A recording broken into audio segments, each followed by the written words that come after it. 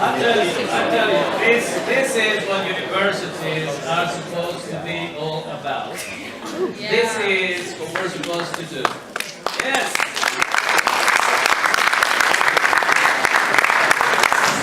Just one of the panelists, I'm going to give it to you, Dr. Clara Mengolini. Well, good afternoon, everybody. What a nice turnout. Welcome to our first debate, well, I'm not sure if it's the first, but highly anticipated debate on poverty and inequality. I'm sure most of you are because of the extra credit. Okay. There are some papers around in both groups, so I ask the students please to write your name, your class, and the professor. So then you will give me these papers and your professors will know to show up for the extra credit. So, whatever the reason is, I'm happy you're here. And I especially want to thank our fantastic guest speakers, Dr. Amy Nichols-Belo and Dr. Antonio Sarabia.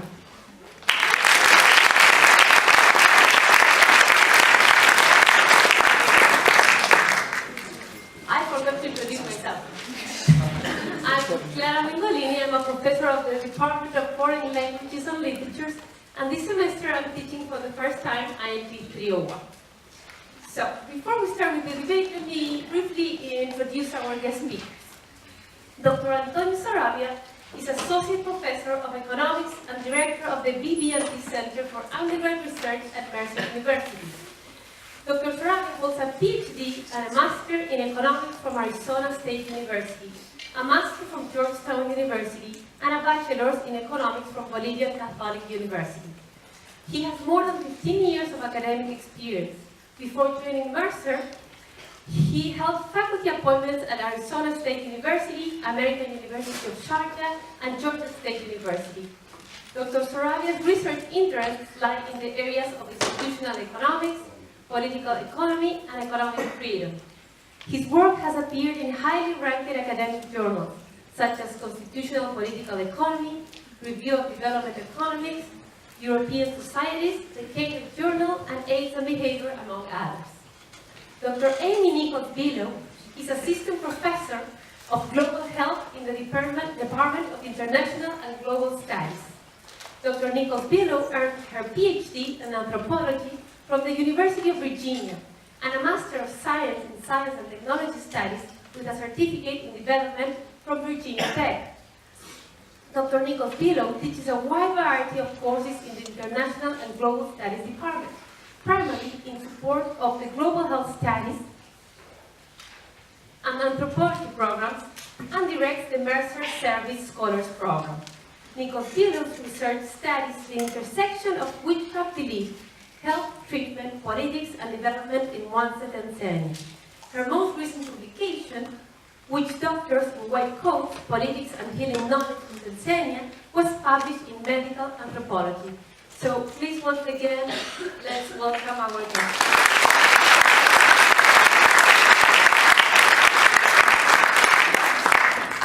Before we start, I would like to briefly share with you how this idea was born. As I was saying at the beginning, this semester I'm teaching an INT course 301 called Politics and Ideology in World Children's Literature, and my students have been discussing throughout the semester controversial topics in children's literature and movies such as immigration, dictatorship, nationalism, socialism, feminism, and recently we discussed poverty and inequality in some books. Let me show you some examples.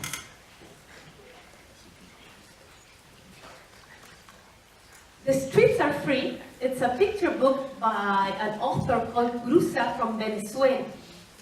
This is when Venezuela started exporting oil. People moved to hills surrounding the city, and with all the construction and the roads and the buildings, children didn't have a place to play. So the story is about a group of children of a lower class fighting for the right to have a playground.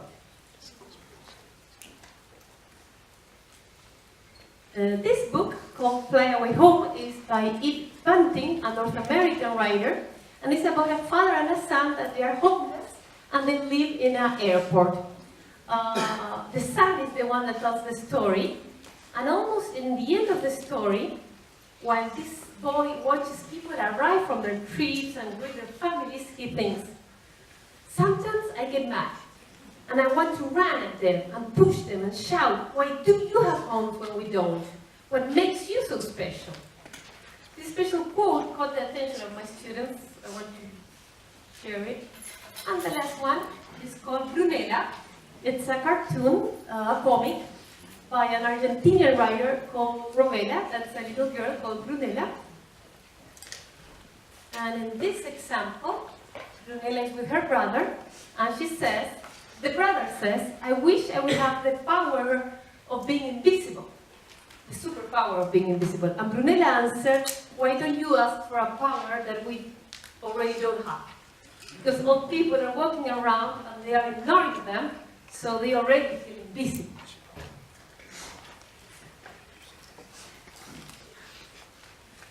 So, to sum up, the question that arises is, should children have a playground?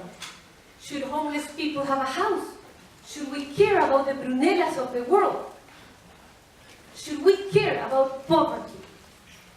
This is the question. This is the question that Dr. Nichols-Belo and Dr. Sarabia will answer today. Should we care about poverty? They will both have 10 minutes to answer this question. And then you will have 5 minutes to ask to each other questions. And finally, we will open the discussion to the audience. So you can also ask questions to Dr. Nichols-Belo and Dr. Sarabia. Dr. Nichols-Belo, are you ready? Yes. Perfect. Go.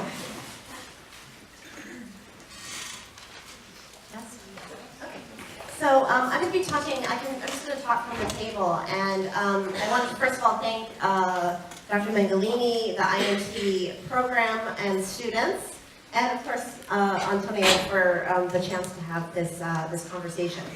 So when I was asked to participate in a debate, or as I prefer a conversation, on whether we should care about poverty, I was surprised. So of course I understand that there are different approaches to solving global and local economic inequality. There are lots of approaches, and of course coming from the two places of economics, and economics in an American institution, it might be different if we were in the United Kingdom or someplace with different perspectives on economics. And from the International Global Studies Department, which is sort of known for our progressive politics.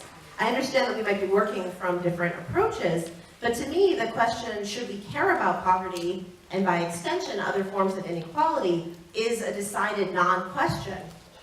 We should. That would be a very short debate, right? We should, and moreover I would argue this is a non-negotiable moral stance. Now, of course, the question of how we deal with the problem of inequality is a different one, and that's what I'm going to mostly tailor my comments to. So first off, I would put the statement forward that extreme economic inequality is both unacceptable and intentional. There's no accident that we have global inequality, and I'm going to do a little bit of historical work here, but not too much since I only have 10 minutes. And for those of you who have been my students, you know how I can get going, so I'm going to try and keep my comments tight tonight. But the other thing that is worth pointing out is that in addition to the unacceptability and intentionality, many of the solutions that have been posed over the last 40 years have been rooted in neoliberal, that is free market capitalism, neoliberalism, that is free market capitalism, and these solutions have largely, instead of solving difference, have solidified difference and furthered inequality. So that's my position. Extreme economic inequality is both unacceptable and intentional, and that moreover the last 40 years of neoliberal solutions have largely solidified difference and furthered inequality. So my thoughts on this matter are framed by my training as an anthropologist and my work as a researcher who spent the last 18 years working in Tanzania, a highly indebted, low-income nation in East Africa. So I have a lot of experience living and working in unequal contexts. And while some of my comments will speak to global poverty more generally, I'm going to use Tanzania as an example, as a state that's been failed by neoliberal market capitalist interventions. So, but before I get to global poverty, I'd like to offer a few thoughts on extreme inequality in the United States. since we're here and since poverty matters here as well. So it's no surprise, and I'm sure if you've been paying at all attention to the news, if any of you were awake and alert during the last presidential election, if you've been following more recent things that have happened, you know that we suffer from profound income inequality in the United States. So have you heard about the 1%? If not, you're living under a rock, right? So most of us have heard about the 1%, and right now the 1% own about 90% of our nation's wealth. So think about that for a moment. 1% of the population owns 90%, and you might say, well, that's okay, that's America, that's the way capitalism works. But it's worth pointing out that just 11 years ago, the 1% of wealthiest Americans only held about 38% of wealth. So that's in 11 years, and I know for many of the people in this room 11 years ago you were children and you weren't really thinking about these issues. But as somebody who was a fully formed adult 11 years ago, I think it's quite shocking that we've seen that increase from about 38% of wealth held by 1% to 90% of American wealth held by that same 1%. The United States continues to have more millionaires than any other nation, but it's also worth pointing out that very few of us are likely to join the ranks of those millionaires. So at the moment, 21% of all American children live in poverty, and that number comes from Stanford. In contrast with many European countries where the number is between 5 and 10%. So poverty seems to be impossible to get rid of all poverty, right? So even in our sort of best performing European neighbors, we might have 5 to 10% of children living in poverty. In the US, it's 21%, so more than twice as high, right? And it's worth pointing out that of those 21% of children, about 50% of those children will never move into a higher social class. And how do we know that? Research from the Urban Institute shows there's a study done that looked at children born in the 80s and then followed them over time. And more than half of the children born in the bottom income quintile, so the lowest fifth, were still there 10 years later. So 21% of American children living in poverty, the very rich continue to become more and more rich. These things, I would argue, matter. And of course, all we have to do is go a quarter of a mile off of campus and we can very quickly see inequality expressed for us on our landscape. Of course, inequality becomes even more grim when we begin to examine global poverty. So there's a measure that some people in the room who've had more development courses or economics courses may be familiar with, the Gini Coefficient. People know this? This is a measure of income inequality. So what you do is you look at, it shows the relationship between the highest earning people and the lowest earning people. And the larger that coefficient is, the more unequal a nation is. So I just told you how unequal the United States is, right? 1% of the population holds 90% of the wealth. So you might think that we have the highest. Anybody know which country has the highest? It's Lesotho, the Kingdom of Lesotho. We're 39th on that measure. You might say, well, 39th doesn't sound so bad. We're one of the highest when it comes to high-income countries. So we are outranked in this measure by poor and middle-income countries like Lesotho, South Africa's second, Haiti, Botswana. And so in those nations, of course, a very small number of wealthy people in power hold most of the nation's wealth. So again, if we've got 1% holding 90% of our wealth, what do you suppose it looks like in a place like Haiti? And yet in these same countries, and I will point out South Africa and Botswana, of course, are middle-income countries. So it's not, you couldn't make the argument that this is a factor of being a low-income country, a moderate-income country, or a high-income country. This inefficiency, right? This inequality, and I would argue inequality is inefficient because it means that resources aren't adequately distributed, that inefficiency can happen in low, moderate, and high-income contexts. At the same time, what we have called the bottom billion live primarily in the low and middle income world. And we've used that term, the bottom billion, for a long time, and now increasingly we're more likely to say the bottom 1 to 2.5 billion. Because obviously the population has increased, we're at about 7.2-ish right now, 7.2 billion people, and so referring to the bottom billion doesn't take into account all the new people that have been born into poverty across the world. So I'm going to use a quote here from the economist Jeffrey Sachs, the development economist Jeffrey Sachs, who described extreme poverty in these terms. Quote, the inability to meet basic human needs for food, water, sanitation, safe energy, education, and livelihood. And typically in the United States, when we're talking about poverty, extreme poverty in the US, we aren't talking about quite the same dire circumstances. Though it is, of course, worth noting that we've got children living in our community who are also not able to meet basic human needs for things like food and access to a livelihood or a good education. One thing that I think a lot of people may have heard is that the number of extremely poor people is going down. And that extremely poor number of people going down is based on the idea of the Millennium Development Goal targets. I want to point out that this little bit is coming from my colleague Jason Nichols' recent book, but what he argues is that the Millennium Development Goal associated with poverty was based on a proportion, reducing the proportion of poverty, rather than absolute numbers. So what that means is that you can actually be a nation like Tanzania, where I've worked, where the number of people who are extremely poor has gone up, but the proportion has gone down because the population's grown. So do we care about the proportion of people that are poor, or the actual numbers? Moreover, the whole time that we've been talking about the reduction in poverty, we've been changing the target from $1 a day in 1990 to $1.25 in 2008.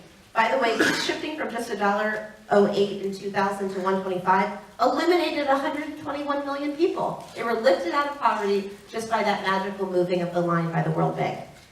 Okay, so just really quickly, I've been told I've got to wrap up. So poverty, these sorts of things that I'm describing are a result of economic practices that seek to enrich a minority at the expense of the many.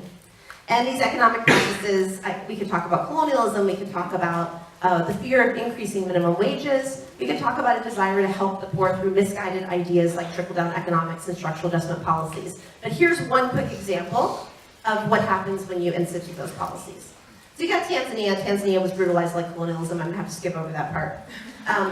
Coming out of the colonial history, Tanzania tries to embrace a very idealistic socialist model that doesn't quite work, but it results in things like incredibly high literacy rates in primary school enrollment.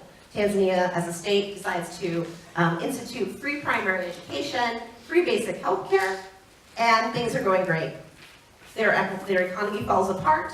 The World Bank and the IMF impose structural adjustment policies. Things like primary education and healthcare are cut.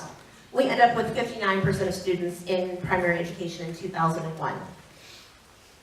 Coincidentally, we're now back up to 84% primary enrollment. It's a good metric of what's happening in the state. And that's as a result of things like debt forgiveness. I've got some solutions I want to talk about, but I'm going to save them for questions that I might ask Dr. Sarabia.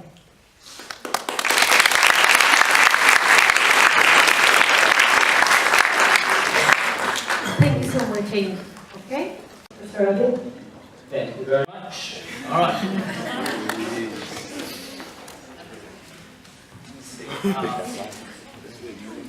We want to show you a couple of things. All right, once again, thank you very much for coming in. I really mean it. This is what a university needs to be doing. A cordial, serious conversation about issues that are controversial, that are sensitive, that we typically don't talk about it because we don't want to bother everybody, right? And, okay, that too. So thank you very much for coming. Thank you very much for organizing it. And Amy, thank you very much for participating. So, all right.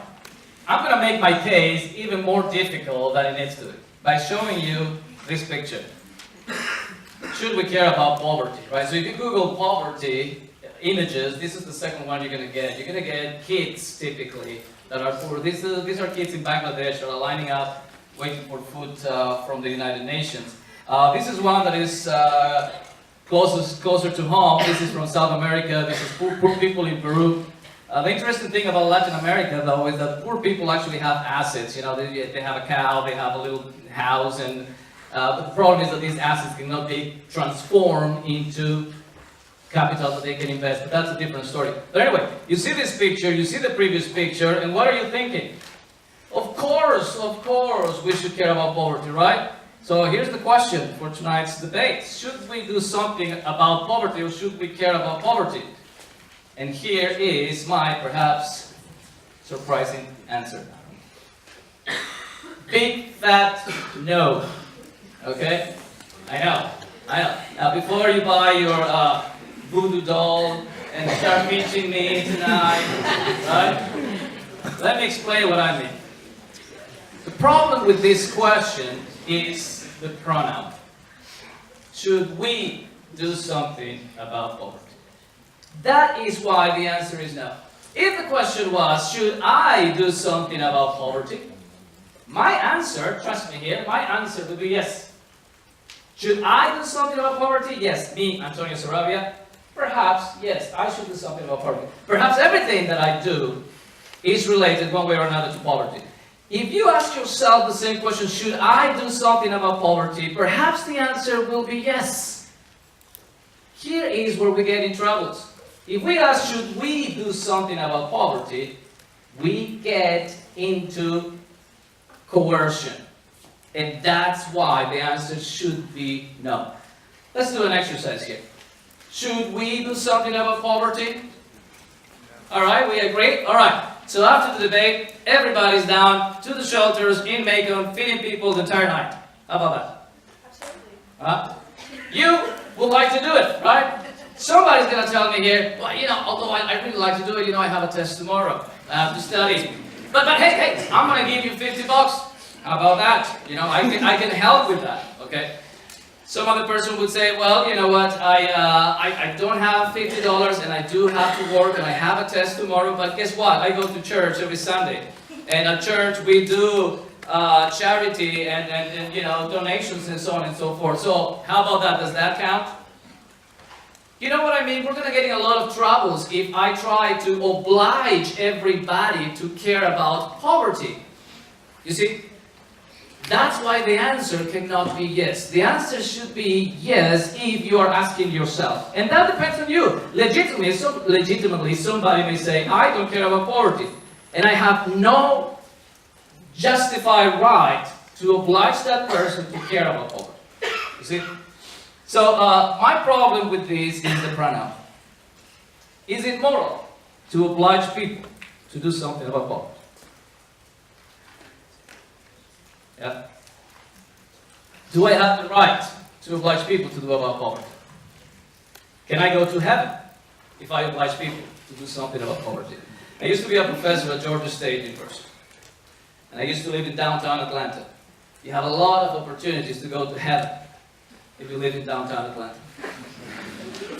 One day, I was writing Marta. When you write Marta, you see a little poverty. This lady, sitting right next to me at Marta, obviously poor. I could tell the way she was dressed, the bag that she was carrying. Obviously poor. Right next to my other side, a banker. Nice shoes, nice suit, nice briefcase. This is my opportunity to go to heaven. You see what I can do? I'm in the middle. Slip my hand, his pocket, grab his wallet, and give it to the poor lady. Is that moral? All right, thank you. So, I cannot oblige people to care about poverty. Is Robin Hood a moral example? Yeah? I want you to think hard about that. Because one thing is you care about poverty, another thing is let's oblige people to care about poverty. And the problem with the redistribution paradigm, that these ideas that are right now fashionable, democratic socialism and all that stuff, right? What do they tell you? They tell you we need redistribution of wealth. We need to oblige people to care about poverty. We need to tax, right? We need to take your money, and I don't care what you think, I don't care what your goals are, I don't care what your morals are, I'm going to use that to give it to the poor because to me, that's what we need to do. And we enter into coercion. Right? Say that I die and I go to heaven. Well, what is it called? Purgatory. Right before heaven. Craig McMahon, sorry.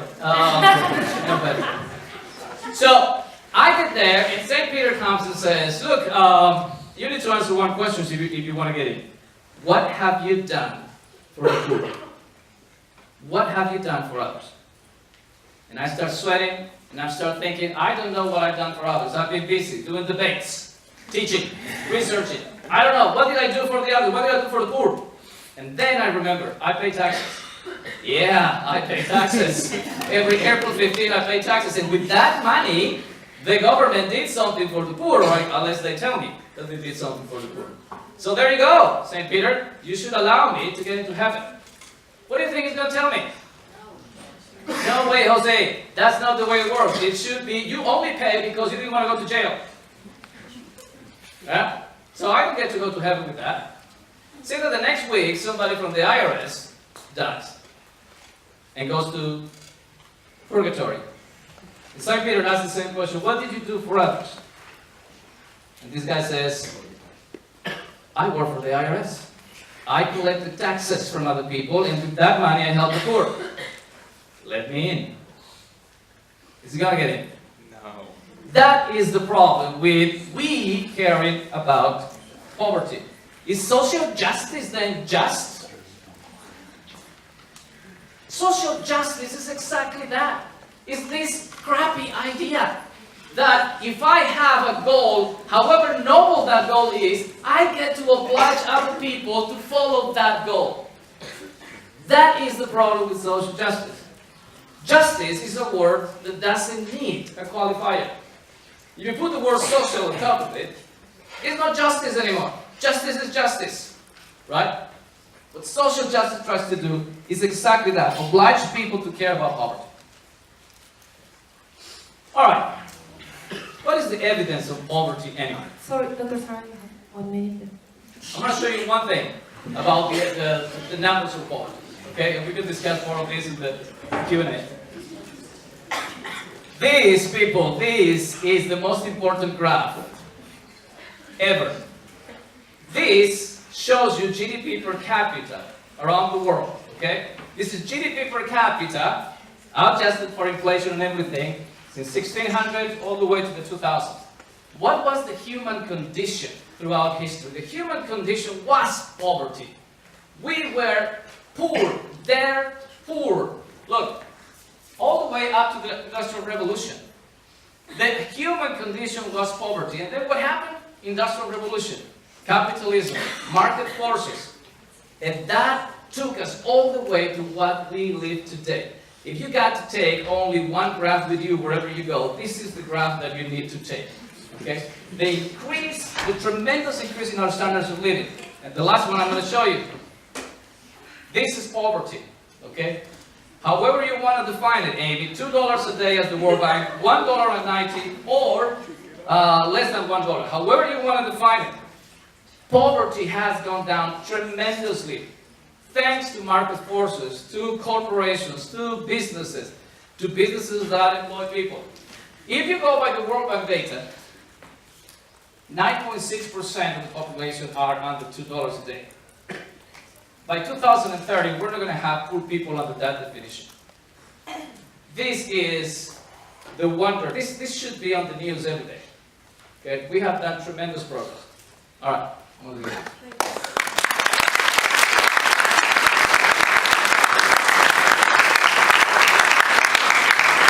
Thank you, Dr. Sarabia. Thank you, Dr. Nichols-Belo. Now, Dr. Nichols-Belo, you can have really time to prepare for your question. No.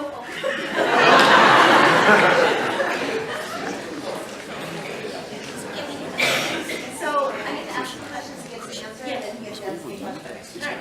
So the first thing I wanted to ask you about, I've seen these graphs before, of course, and I wanted you to, if you would, comment on what happens when we take China out of the equation. Because one of the major critiques of the $2 a day drop has to do with the fact that China, as a profound outlier and economic engine that has been driven by largely draconian politics, the kind of politics that I think you tend to be opposed to, is such an outlier for what we see in terms of $2 a day poverty. So I've got, there's lots of evidence that when you take China out, we lose that curve. No, absolutely not. However you want to slice it, you want to take China out of the equation, you want to take India out of the equation, which are countries that have done tremendous progress. you're still going to see that poverty has gone down tremendously in most parts of the world. The only examples that I can think of in which poverty has actually increased are Venezuela, right, and Cuba, which have gone exactly the other way to what China, Vietnam, Brazil, Russia have gone. Right? So if you open the economies, if you provide market forces, if you have solid institutions, poverty has gonna go down. I better wait. Okay, so you might imagine I have different feelings about redistribution than you do, but I think that at the moment there is a difference between claiming that paying your taxes makes you a contributor to justice in some way, and recognizing that there can be bad tax policies that don't have the kind of outcomes. So, I mean, there are so many different kinds of ways we can think about lifting people out of poverty using the government, and I know that we have different opinions on the government. Some of you may have been in this room when we last chatted. And I mean, we could talk about things like, that are going to, I've heard recently, for example, I'd like to hear your take on this subject, that universal basic income is the ultimate capitalist. Have you heard this? So the UBI is the ultimate capitalist opportunity because it allows people to make their own economic choices. Talk to me about that for a minute. Yeah. I think it's important to put this in context, though. Throughout your presentation, Amy, I think there is a problem in terms of you equating poverty and inequality. So you talk about poverty as if it was the result of inequality. And that's not true. And I want to make sure, before I talk about universal basic income, look, inequality is completely different from poverty. If in your individual question you say, should I care about poverty? And the answer is yes, there is no reason for that to equate, should I try to fight income inequality? Let me explain why. Say that we take all incomes in the country, every single person's income in the country, and we multiply that income 10 times, 100 times, 1,000 times, whatever you want to multiply it by. What have we achieved, adjusting for inflation and everything? What we have achieved is that we have a lot of rich people, right? We have multiplied every income times 10,000, 1 million, whatever you want. We have lifted everybody from poverty. Everybody has a very nice house, everybody has very nice cars, and so on and so forth. Correct? But have we done anything about inequality? No. Inequality remains the same. Correct? So if you care about poverty, there's no reason to equate that to income inequality. Income inequality doesn't matter. Let's get that settled. Income inequality doesn't matter. The only thing that matters at the individual level is poverty. But poverty is completely different from inequality, as I just demonstrated. Okay? Second of all, what is the evidence of inequality anyway in the world? Okay? Amy talked about the Gini Coefficient. The Gini Coefficient between countries has decreased tremendously because countries like China, countries like India, countries like Brazil have seen an increase in average income. So between countries inequality has decreased. Within countries inequality has increased mildly. And that's again because in China, when you open up the economy, some people take off faster than others. So China has increased inequality, and that has led to an increase in within countries inequality. When you take both measures together, this is what economists do, between countries and within countries, the Gini Coefficient in the world has gone down. So there is less inequality under that definition in the world. But even if you believe that that's not the case, income inequality doesn't matter. Poverty does. Okay? Where are we at in time? Yeah, I think Dr. Saravia, do you have questions for Dr. Nichols-Belo? Yeah. So one of the questions that I've asked somebody that believes that government intervention is important would be, what moral justification do you give for somebody to take some people's money to achieve a goal that maybe very noble and maybe very, very valuable, but the use of coercion for taxes, in my view, abusing. So what kind of justification would you give for that? So, okay, so I mean, I think the first thing is, you know, whether you like it or not, all nations have some form of taxes, right? So one of the issues that I know that based on your ideology, you don't believe that there should be any taxation, but given the fact that all countries in the world have taxation, I think it's worth saying that we as members of states, like, are accustomed to paying taxes for a wide variety of goods that we all benefit from, right? So we all benefit, for example, from taxes that are used to pay for roads that we travel on, right? And in fact, many of the things that have driven, increase in GDP have been a result of government investment in infrastructure, right? So you can't really sort of say that, like, I'm not interested in paying for infrastructure, or I'm interested in paying for infrastructure, but I'm not interested in paying for the other things that come along with taxation, right? So I think there's some things to think about. One is that the United States, as much as we complain about our taxes, we pay extremely low taxes, and our real taxes have been steadily decreasing over time. And as we have decreased our tax base because of things like, insistence that trickle-down economics works, we have eroded a lot of our public institutions as a result of that. So it was, so for example, it was quite common 40 years ago for people to pay higher taxes and to get more bang for their buck. What we've done instead is we've shifted a lot of our public goods into the private sector. And so again, if you're on team private sector, you might think that's a great idea, but you might also know that what that means is that leaves people out of the equation. And we see this also globally. We see increasingly that we push what should be private sector services, things like healthcare and education, things like poverty alleviation, into the private sector, either into market enterprises or into feel-good enterprises. So your answer, your justification is we should pay taxes because I think it's good and we're used to it? No, I think that all nations have taxes, and I think that it's an appropriate mechanism to begin to work on some of the problems that we're talking about. And has been historically a method used to deal with the problems that we've talked about. So you're saying that we should pay taxes because we're used to it, because historically we've done it. But what is the moral justification for taking some people's money and oblige that person to help the poor, for example? Well, because it's not a direct relationship. It's not like I'm taking your money and helping the poor. I'm taking your money and I'm using some of it to build roads. I'm using some of it to pay for student loans. I'm using some of it. It's not as though it's a one-to-one. To me, what you're doing is kind of a blatant oversimplification of the relationship between our responsibility as citizens and members of a larger community. Right. So I understand. So here is, I think, the complete. Like, I think war is immoral, but I'm willing to pay taxes and hope that my tiny little part is going to participate in bombing others. But I also care about roads and schools. Right. So that's exactly the problem.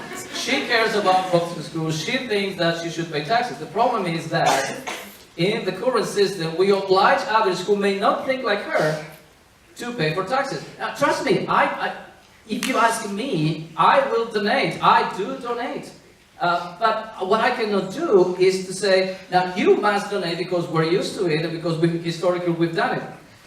Look, here's the complete divergence of ideologies about this, right? So I understand that one can pay taxes because of externalities, right? So negative externalities like pollution, we all chip in to take care of those problems and so on and so forth. I can even go as far as saying we have to fight a war, so we're going to pitch in.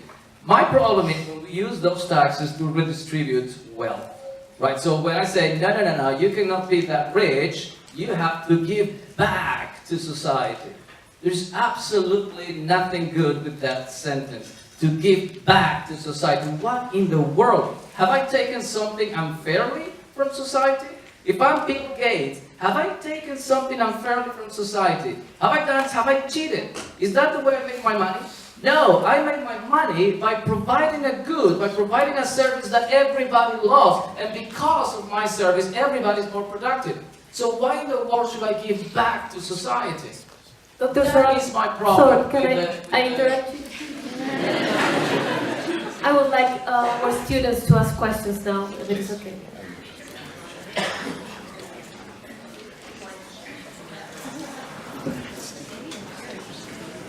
Okay, so this goes to you. I'm very confused as to why, when you asked him about China, and you're removing China from this equation, why you would ever want to discount China in the first place.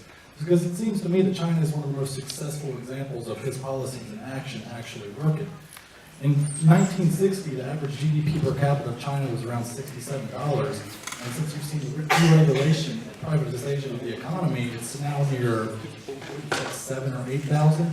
You've seen reductions in poverty of tens of millions of people. It seems like you really care about those who are in poverty. You would listen to his policies. Yeah, okay, so that's a good point, and I brought up China, right? So I knew what I was doing when I brought up China, and I knew that it's a good counterexample, right? I mean, certainly if we're going to talk about other kinds of justice, there's still a lot of issues in China, though, right? So it's not as though economic liberalization has led to removing, you know, many of the other things we might be thinking about, Chinese human rights policies, for example. But what I will say, the reason why when people want to call attention to the numbers that are talked about in terms of real declines in poverty is that it's presented as a world trend, right? So he presented a world trend using that chart, right?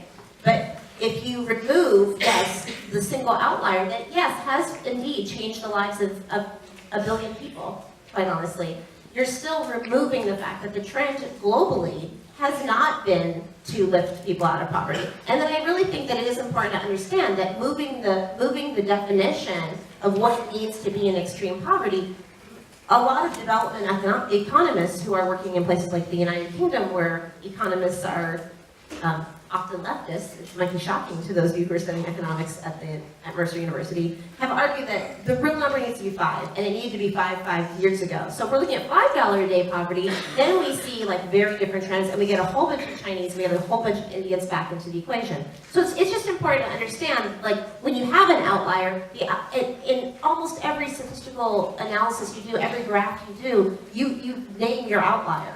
And so to me, what's troubling is when you see a graph like that and the outliers aren't named, you don't have the whole picture. So does that mean you would also remove the outliers on the other side, such as Venezuela and these countries that have fallen apart? It seems to me you can't just remove an outlier that's... No, you can talk about countries where poverty is increasing, like Venezuela. It's part of the story. As far as poverty goes, at least in America, would you say that most people are impoverished because they lack financial literacy skills, or because there's some amorphous enemy that is trying to keep them in poverty? What would you say? I'd say that we have institutions that continue to like reproduce poverty. I would say that what? What institutions? Which institutions Yes, ma'am. maintain poverty in the United States? Yes, ma'am. Most of them?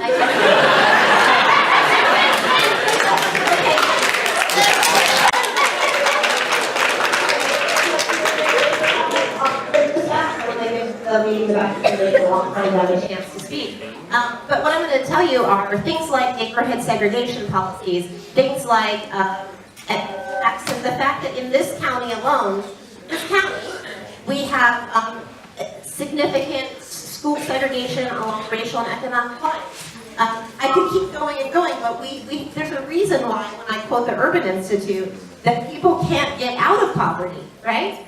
If 50% of people, 50% of children who are born into poverty are still in poverty as adults, that suggests that those are institutional things. I don't think we can blame small children for making bad economic choices, right?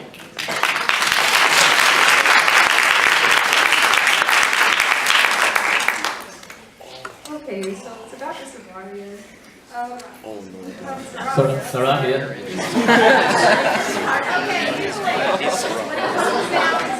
When it comes down to taxation, we talked about this a lot in our class as well. So if you're saying that if she thinks if we should pay taxes, which I believe we should pay taxes, and you believe that we shouldn't pay taxes. No, I didn't say that. I didn't say that. You did though. What I said is I cannot impose my views on others. If you want to pay taxes, donate, however you want to call it, feel free to do so. If somebody else doesn't, I cannot oblige that person to do it. That's what I'm saying. But my point is this, for the people that you don't want to oblige to do it, then they can't drive on our roads. They can't use any of the systems that taxes pay for. They can't use any of that. Basically, they just need to be at their house. That's the only. With no water and sewer. Yeah, with no water, no anything. They just basically cut themselves off from society. And that's why I think of when you say that you can't oblige somebody to do that, because there are things that everyone benefits from regardless of how much they make. That's an important question, and you got to realize that many of the examples that she used are perfectly possible being provided privately, right? So in Florida, most the freeways are toll roads. Your water can be provided by a private company. Your sewer can be provided by a private company. There's absolutely no reason why everything should be public, number one. Number two, I do recognize that there are items, that there are services and goods. Fighting pollution, for example, or fighting a war requires taxes. And the kind of taxes that I am against are the kind of taxes that redistribute wealth, not the kind of taxes that will provide for a public good. So what I mean is, you have so much money that now you have to give back to the poor people. That's the kind of tax that I think is immoral. Thank you. Just to comment on what we've been talking about in terms of the concept of market failure, I would argue that equal opportunity is not a reality, and that some redistribution of wealth is justified. Because not only would it prevent people from using public goods if there wasn't some sort of pooling of resources, but they wouldn't get financed. Go to any low and middle income country and look at the maze of roads that lead to a rich person's house with any sort of rationale. The health sector is a classic example of market failure, where you don't know when risks are going to occur, what the magnitude is. There's no free entry or exit to the market. There's all sorts of externalities, etc. So without some sort of redistribution, we wouldn't be able to take care of things collectively as effectively like disease eradication that's tied to poverty.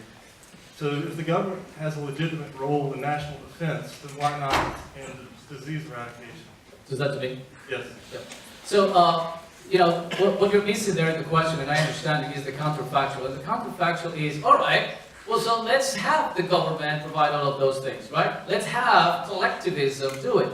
And what history has shown, and there's plenty of evidence of this, is that when governments produce health services, produce education, they typically do it worse, right? So there is a utilitarian argument here, which is private sector, private companies that are in the business, that know what they're doing, can provide these items better. And number two, there is still the moral component, which is, however good we think this goal is, health services or education, what gives me the right to oblige people to provide for it or to pay taxes for it. The other thing that in your question, I think, is a false presumption or assumption, is this idea of equal opportunity. Equal opportunity is a myth. There is no such thing as equal opportunity, and there will never be. Let me tell you one thing, I'll tell you very clear. I am working really hard every day of my life, so my kids have more opportunities than other kids. And when you are a father and a mother, you're going to do exactly the same thing. You're going to want your kids to have more opportunities than other kids. That's just the way it is. I'm going to try to save a lot of money to pass on to my kids so they have opportunities. Now, you guys know this guy, Lionel Messi? Yeah? You know? Okay. LeBron James? Okay. Now, LeBron James is working really hard so his kids have more opportunities than my kids, and his kids will have plenty more opportunities than mine. What do I do about it? Should I forbid opportunity or inequality of opportunity? Should I go to LeBron James and say, you cannot save for your kids, you cannot give them this money because they have to be on the same footing as my kids? That's nonsense, right? So equality of outcome is horrible, is immoral. Equality of opportunity is a myth. The only equality that we should strive for, this is very important, the only equality that we should strive for is equality under the law. Period.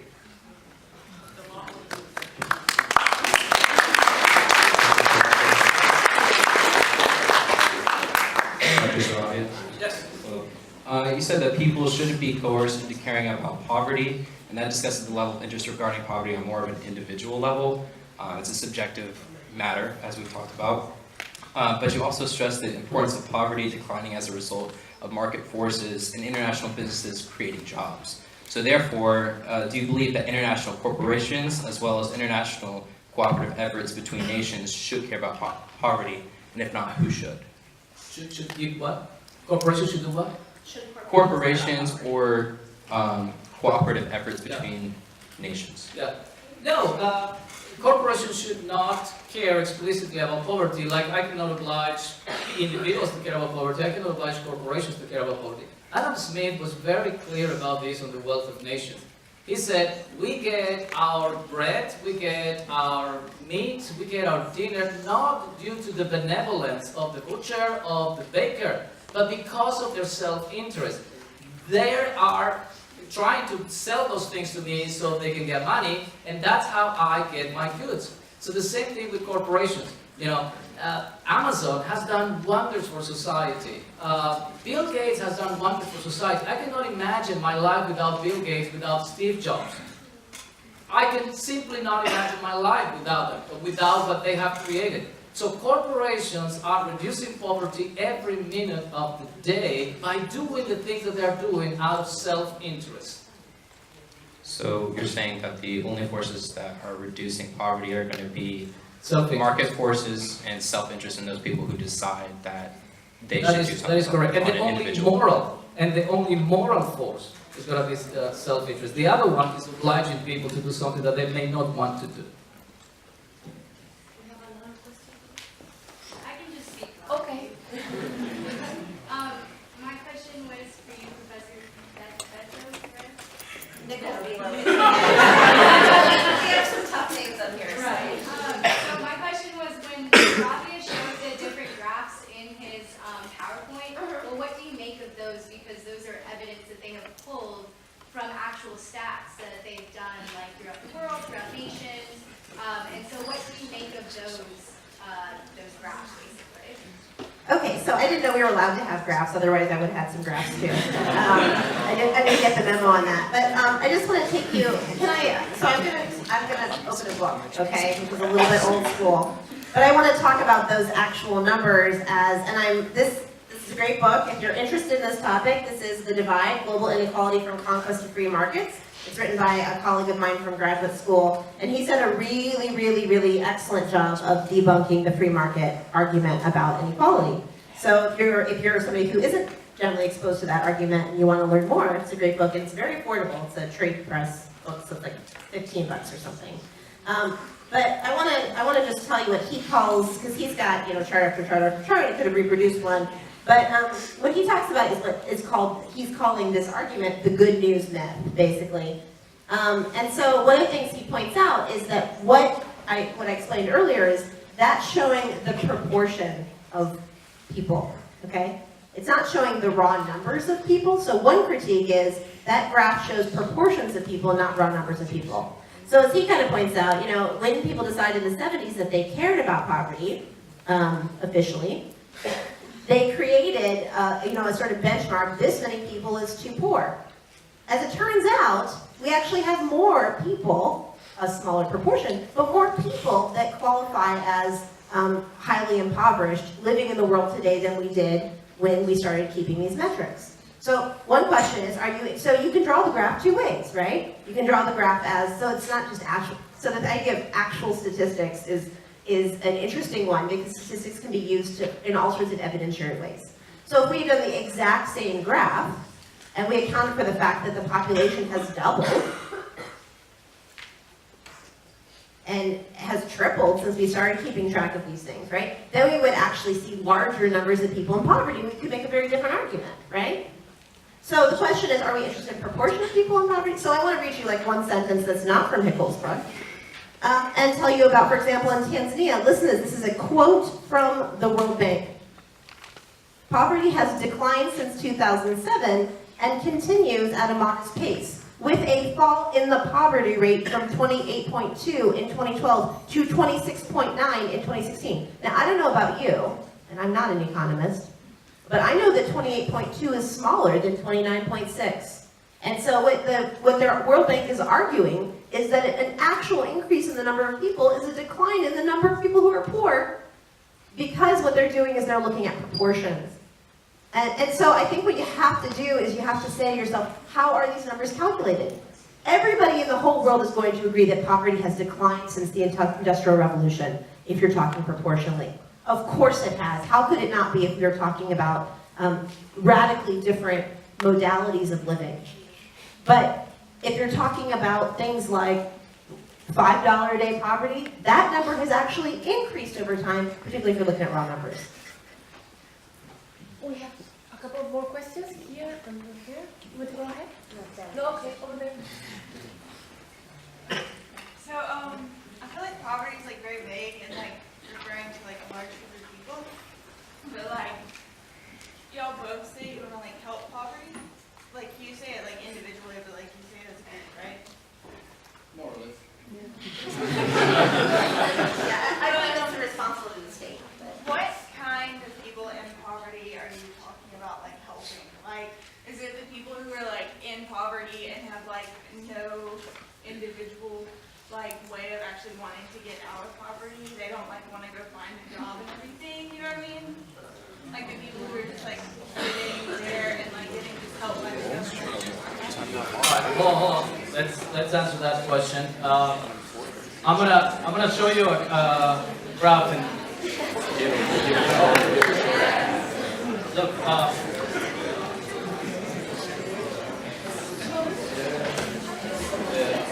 All right. Look, this is poverty, right? So this is the number of people as a proportion of the population that are living under $2, and that has gone down. When I use redistribution to answer your question, right? So when I say I'm going to take from the rich and I'm going to give to the poor in order to help the poor, right? One of the consequences is, of course, that the rich are going to have less incentives to get rich. Why would I get rich if then the government is going to come and is going to take 70% of my income? Why would I become Bill Gates and generate Microsoft, this giant that has helped humanity, if the government is going to come and take a big share of my income, right? So you reduce incentives, and economies have gone all over the database, Kuznets, you name it. I mean, it's a macroeconomic stylized fact. When you increase redistribution, you decrease incentives to generate production. And the other thing that happened is that you entitle people to receive this. All of a sudden, these people are saying, it is my right. It is a right. I have the right to education. I have the right to health services. I have the right to a house, right? Because the government is going to take from the rich and give to the poor. And all of a sudden, we have all of these rights, which are absolutely no rights, yeah? Because they are not free. You cannot just be born and say, I have the right to health services. Somebody has to pay for those health services. Right? So that's the second consequence of redistribution. So on one hand, you reduce incentives for production. On the other hand, you make those rights and entitlements. Amy is concerned about inequality. Let me show you something about inequality. This is the Gini Coefficient. Okay? This is the Gini Coefficient, 2010-2014, and on the vertical axis I have GDP per capita. So if income inequality matter, what we should see is that as the Gini coefficient goes down, right, we should see a negative correlation with GDP per capita. So countries where there is less inequality should have more GDP per capita. What you actually see is that, yes, there are some countries up there that have higher GDP per capita with low inequality, but there is a bunch here that have reduced their inequality and nothing has happened in terms of GDP per capita. Now, people criticize economists and say, well, yeah, GDP, you guys only focus on GDP and money. What about happiness? What if a more equal society gives rise to a happier society? Is that the case? Well, here's the Gini, and here's happiness. Do you see a positive correlation? Do you see that when countries become less unequal, when the Gini goes down, do you see that people are more happy? Not at all. So what matters in terms of GDP per capita? What matters in terms of happiness? What matters is economic freedom. And this is another stylized fact nowadays in economics. When you have strong institutions of economic freedom, what you're going to see is a positive correlation with GDP per capita and a positive correlation with happiness as well. Right? Because economic freedom brings the opportunity.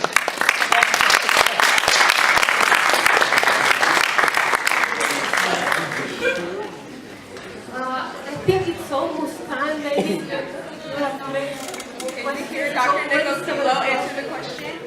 Can we hear Dr. Nichols-Belo answer the question? You want your question for Nichols? No, can we hear her answer the same question? Oh, yes, of course. Yeah, so I felt like that wasn't, I mean, there's a lot of good data there, but that wasn't really an answer to your question about who we should care about. So the first thing I want to say is, I just want to disavow of the notion that there are a lot of poor people just sitting around, like, not wanting to work.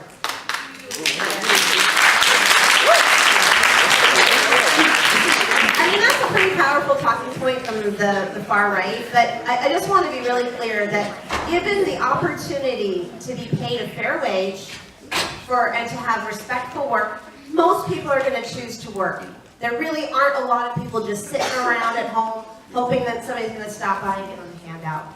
And I think we could look at lots and lots and lots of economies where there is, the so-called redistribution of wealth, and that where we see high rates of employment or we see high GDP. So I think it's important to just sort of make sure that that point gets said. Now, I will say that there are some real problems with the way that we currently use entitlement in the United States. So, for example, we disincentivize work sometimes by creating poverty thresholds that are so low that for people to be able to qualify for things like Medicaid, so access to health care, or qualify for things like food aid, EBT, that we create a situation where it's very hard for somebody to meet those incredibly marginal thresholds and still have access to any services whatsoever. So if somebody's making the decision to get paid the federal minimum wage, which is, I just want to tell you this since I didn't get to have my charts. $7.25 is the current minimum wage. Some of you may be earning $7.25. Do you know the last time we increased minimum wage? Anybody know? 2009. That means that the federal minimum wage has gone down in real dollars by 10%. And if you look at what minimum wage is in 1968, minimum wages were 25% less than 1968. And we've had a minimum wage in the United States since 1938. So it's not a new innovation, by the way, caring about people's labor. Okay? So for example, when we tell people, hey, you're going to make $7.25, but if you get to $15,000 a year, you lose access to your housing, you lose access to your health care, and you lose access to food, then guess what? There isn't a huge incentive to labor. But if we begin to do things like increase the minimum wage, a lot of people have argued that the real minimum wage should be around $15, and people think It should be around zero. If you don't like minimum wage, we start the universal basic income model where we create a floor, just a floor where everybody has access to some wages, some access to resources, then we can begin to do things like chip away programs that incentivize labor and work. The other thing, of course, is that we can do conditional things, like conditional cash transfers, where we say to people, instead of just giving people a quote-unquote handout, we're going to give you access to cash if you do the following things, right? You test, you take your kids to school. These things have been used in other places with very good successes. So there's lots of ways around it, but the idea that people are sitting around waiting for a handout is not one of them. Thanks.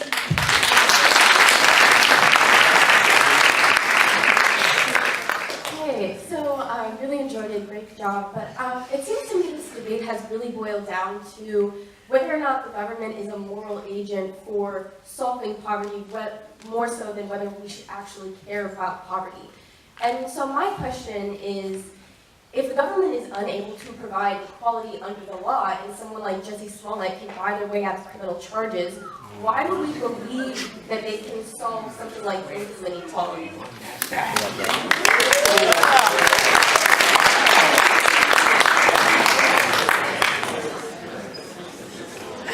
No comment.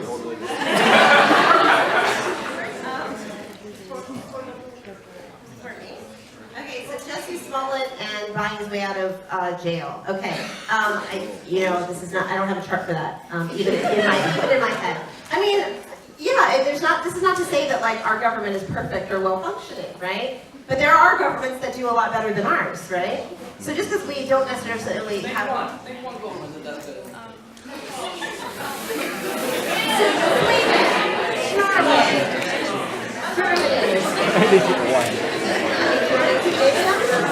I don't know, I went to Cuba and